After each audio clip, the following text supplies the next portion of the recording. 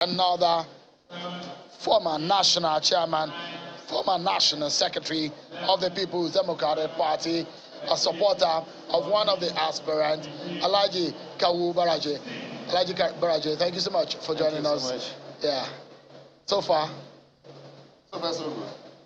How's your aspirant doing? My aspirant? In the race? All the aspirants are doing fine. You have a supporter. You have a favorite, isn't it? I am a senior member of the party. I am one of the leaders of the party.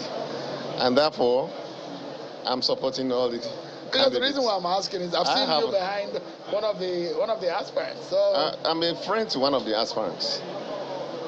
A known friend. A friend who has not hidden his support in the past. I'm a friend to one of the aspirants, and one of my aspirants is my boss, my friend, is my brother. So he can take your support for granted, can't he? Probably. Probably. Alhaji Baraje, a very experienced party administrator. Let's give us an understanding of what you make of the process so far. Is this the best that the PDP has presented itself with in terms of preparation for an elective national convention? So far, so good. Like I said at the beginning, the process is started very smoothly and is going on very smoothly. There has never been any eventualities, get negatively. Else, people are sitting down very calmly, enjoying themselves. Atmosphere is cool, friendly. Except the podium that got broken about if the podium got broken, if the podium got broken, it means there are a lot of people here in this hall, a lot of supporters. There was a stampede earlier. A stampede. What caused it? There was a stampede. When what caused it? Some of the aspirants were, and their supporters because some of the aspirant supporters were eager to show support for their, whoever they are supporting, and to show that there are a lot of people here present who are supporters of the various aspirants, and to show that the PDP is a party that is wanted by the public, and to demonstrate that the winning of 2023 election is just for PDP to take. We know that even as we speak, horse trading is still going on, consultations are still ongoing. Do you think that we expect any more surprises tonight, given what we've just heard from the governor of Sokoto State, Tambuwal, who has withdrawn his aspiration in support of the former Vice President, Atiku Abubakar? Well, you describe it as a surprise. To us, it's not a surprise. You saw it coming? To us, it's not a surprise. To us, politicians, it's not a surprise. It's part of the process of electioneering in this kind of situation. So it's not a surprise. Then coming to the second aspect of your question, that whether we are expecting other people to withdraw for other contestants, I think it's a bit too late because we have started the electioneering. In our guidelines, the moment election begins, withdrawals have stopped. All right, so I don't think we are expecting any more. So, how devastating do you think this Tambuwal's move may be for your friend Bukola Saraki? We are in the same party, mark you. We are not in opposition. And so, anybody who wins here, you will see we will hug each other and congratulate each other and go back home and plan how to win 2003 election. So the question of devastation does not arise. What's your mind telling you about this race tonight? My mind is telling me is that it's going to be very competitive. Who do you think can emerge winner here? I cannot predict. You can't call it? I cannot predict. You can't call it? It's too early to call? It's too early, but I know it's going to be a very, very close call. Do you think it might go south or up north? I'm not even thinking of the two spheres. It might go anywhere. We don't think of that. Anywhere it goes, that's why we throw the ticket open. I've spoken to you about that before. And now we have come back home, the birds have come to roost, and we are now looking at Nigeria. We are not looking at the zones. Well, we just spoke with a current leader of the PDP as well. He has his fears. He spoke about the fact that the current governor of Sokoto State has withdrawn his ambition, could now start something which the PDP is afraid of, which is this north-south divide. It's interesting you say that you do not exercise any anxiety in that regard. I do not see that. Yeah, he's entitled to his opinion. We are talking of one of our leaders, Olabode Joy, is entitled to his opinion. Any other person is entitled to his opinion. But we believe very sincerely, together with him, Olabode George, sorry to mention him, we have been working together to ensure that the tradition of the PDP is to look at Nigeria and not to look at the regions. Okay, so what more? I mean, we've heard some of the candidates, some of the aspirants. I always have to switch those words. Come again? We've heard some of the aspirants, you know, say that they're not going anywhere. I mean, they've exhibited the spirit of sportsmanship. But how much, I mean, is this section 84(8) of the Electoral Act, which was amended only recently, but the president didn't sign on time? How much is it affecting what is transpiring here tonight? Well, it's a question of whichever way you look at it.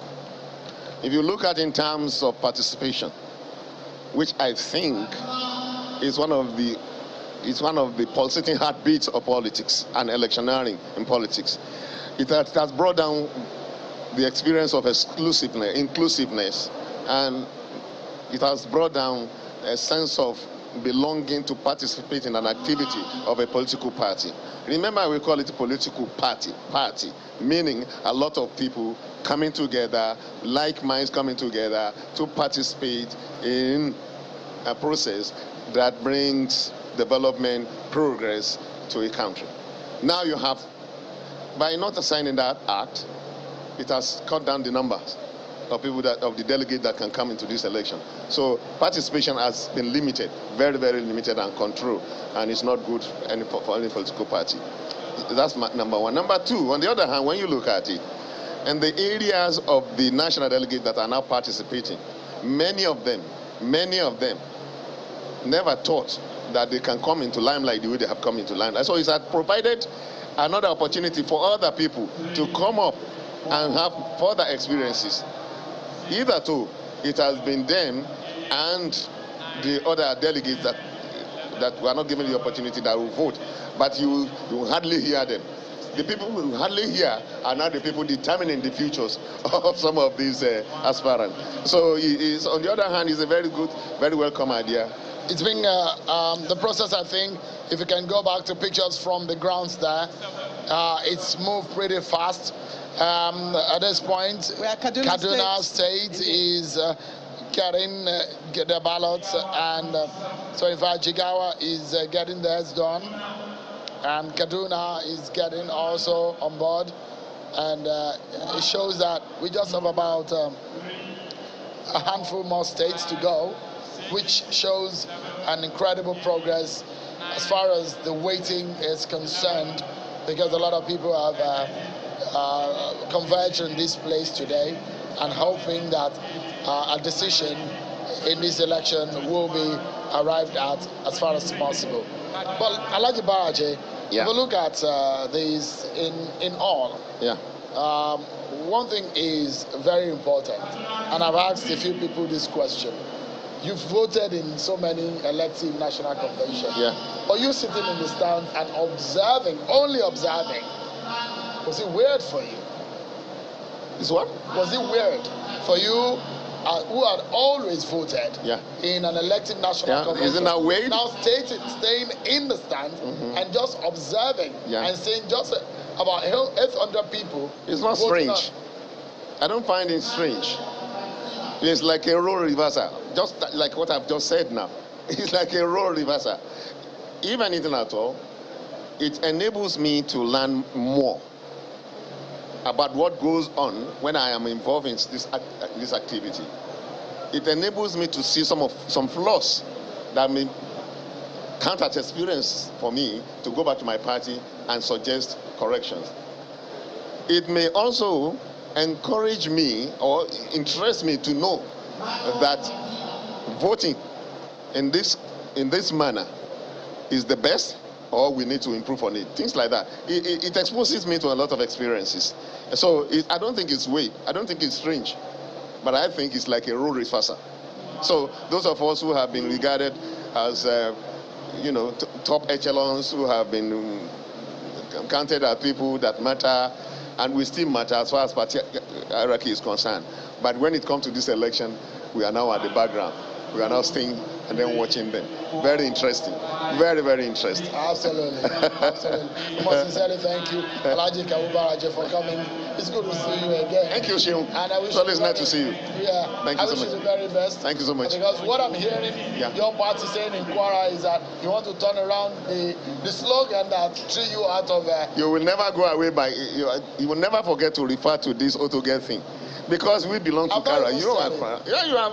That's where you are going. I've not I've become apprehensive because I know that's where you are going. In any case, what you should do is to congratulate us in Kwara for having a very successful Congress and coming up with a candidate that is very well qualified, very well acceptable across the board. And we are getting ready to take over back the government house in Kwara State. Thank you very much. I wish you the very best. Alhaji Baraje there, a former National Secretary of the PDP, a former National Chairman of the PDP, and of course, a chieftain of the PDP in Kwara State, who has been speaking with us. Interesting.